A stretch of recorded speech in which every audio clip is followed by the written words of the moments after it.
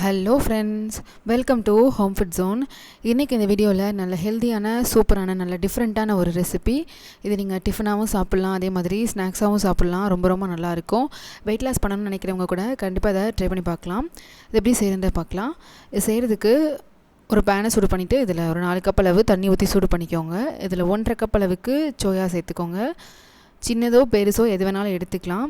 இப்போ இதில் 1/2 கப் அளவுக்கு கேரட் சேர்த்துக்கோங்க. ஒரே ஒரு மீடியம் சைஸ் வெங்காயம் சேர்த்துக்கோங்க. அடுப்பை நல்லா மீடியம் டு ஹை ஃப்ளேமில் வச்சு நல்லா கொதிக்க விடுங்க.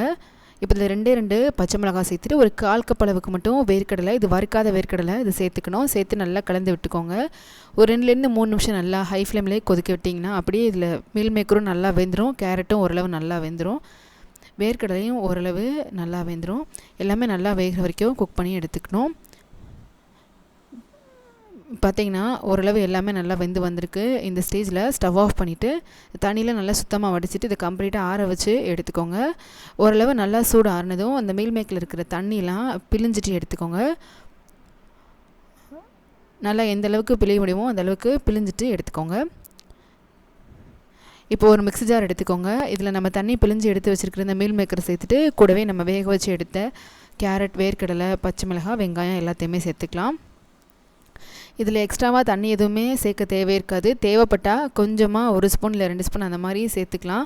1 இன்ச் அளவுக்கு இஞ்சி சேர்த்து நல்லா எந்த அளவுக்கு பேஸ்ட்டாக அரைக்க முடியுமோ அரைச்சி எடுத்துக்கோங்க. பார்த்திங்கனாலே தெரியும், நல்லா அந்த மாதிரி பேஸ்ட்டாக அரைச்சி எடுத்துக்கணும். நான் கொஞ்சமாக ஒரு 2 ஸ்பூன் அளவுக்கு மட்டும் தண்ணி சேர்த்தேன். அரைக்கிறதுக்கு தேவையான அளவு மட்டும், ரொம்ப சேர்க்க தேவையில்லை. இப்போ இது ஒரு மிக்சிங் பவுலுக்கு மாற்றிட்டு இதில் 1/2 கப் அளவுக்கு ரவை சேர்த்துக்கோங்க.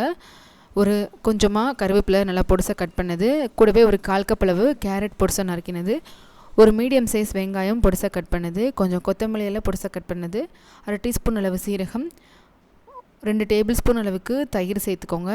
1/2 ஸ்பூன் அளவு உப்பு சேர்த்து இது எல்லாத்தையுமே சேர்த்து நல்லா கலந்து விட்டுக்கோங்க. மிக்ஸ் பண்ணும்போதும் நமக்கு தண்ணி சேர்க்கணும்னு தேவையில்லை. அந்த மீல் மேக்கரில் இருக்கிற ஈரப்பதத்திலே இந்த ரவை நல்லா ஊறிடும். அதனால் எக்ஸ்ட்ரா தண்ணி எதுவுமே சேர்க்காமலே நீங்கள் கலந்து எடுத்துக்கோங்க. பார்த்திங்கன்னா நல்லா மாவு கலந்து எடுத்தாச்சு. இது ஒரு 10-15 நிமிஷம் மட்டும் ஊற வச்சு எடுத்துக்கோங்க. இந்த ரவை ஊறுறதுக்கான டைம் மட்டும்தான், மற்றபடி நம்ம இதை ரொம்ப சட்டுன்னு செஞ்சிடலாம். ஒரு 15 நிமிஷம் நல்லா ஊறினதும் திரும்ப ஒரு தடவை நல்லா மிக்ஸ் பண்ணி விட்டுட்டு இதில் கொஞ்சமாக ஒரு 1/4 ஸ்பூன் அளவு மிளகாத்தூள், 1/4 டீஸ்பூன் அளவு கரம் மசாலா சேர்த்து நல்லா கலந்துக்கலாம். நீங்கள் காரம் அதிகமாக எடுத்துப்பீங்கன்னா அதுக்கேற்ற மாதிரி நீங்கள் மசாலா எல்லாமே கொஞ்சம் அதிகமாகவே சேர்த்துக்கலாம். இப்போ இது நல்லா மசாலா எல்லா பக்கமும் படுற மாதிரி கலந்து விட்டுக்கோங்க. நல்லா கலந்துட்டு இப்போ இதை நம்ம பொரிச்சு எடுக்கிறதுக்காக இந்த மாதிரி ஒரு நான்ஸ்டிக் பேன் இல்லைனா இரும்பு கடாய் எடுத்துக்கோங்க. இதில் அடியில் நல்லெண்ணெய் தடவி விட்டுக்கோங்க. நல்லா 2 கரண்டி அளவு மாவு எடுத்து உள்ளே சேர்த்துட்டு கையில் லேசாக ஈரம் தண்ணி நனைச்சிட்டு இந்த மாதிரி தட்டி எடுத்துக்கோங்க. ரொம்ப மெல்லிசாகவும் தட்டிடக்கூடாது, ஓரளவு கொஞ்சம் தடிமனாக இருக்கிற மாதிரி இந்த மாதிரி தட்டி எடுத்துக்கோங்க. லோ ஃப்ளேம்லேயே வச்சு குக் பண்ணி எடுத்துக்கோங்க. மேல் பக்கம் கூட நல்லா வெந்து வரணும், அது வரைக்கும் நம்ம குக் பண்ணி எடுத்துக்கணும். மூடி போட வேண்டாம், அப்படியே நம்ம குக் பண்ணி எடுத்துக்கணும். மூடி வச்சிங்கன்னா உங்களுக்கு வேர்வை தண்ணி வடிஞ்சு உங்களுக்கு எடுக்கிறதுக்கு வராது, அதனால் அப்படியே குக் பண்ணி எடுத்துக்கோங்க. இப்போ பார்த்திங்கன்னா மேல் பக்கம் கூட நல்லா வெந்திருக்கு. இப்போ நம்ம அதை திருப்பி விடலாம். இப்போ அடுப்பு ஒரு மீடியம் டு ஹை ஃப்ளேமில் வச்சு ஒரு 30-40 செகண்ட் மட்டும் திருப்பி விட்டதுக்கப்புறம் குக் பண்ணி எடுத்துக்கோங்க. 2 சைடும் நல்லா கலர் மாதிரி இந்த அளவுக்கு நல்லா வந்ததும் இப்போ இதை நம்ம வெளியில் எடுத்துடலாம். இதே மாதிரியே ஒவ்வொன்றா போட்டு சுட்டு எடுத்துக்கோங்க. அதில் சுட சுட சாப்பிட்றதுக்கு ரொம்பவே நல்லாயிருக்கும். நீங்கள் கொஞ்சம் எண்ணெய் கம்மியாக சேர்த்து சுட்டு எடுத்துக்கிட்டிங்கன்னா நீங்கள் வெயிட் லாஸ் பண்ணணும்னு நினைக்கிறவங்க கூட கண்டிப்பாக இதை சாப்பிட்லாம்.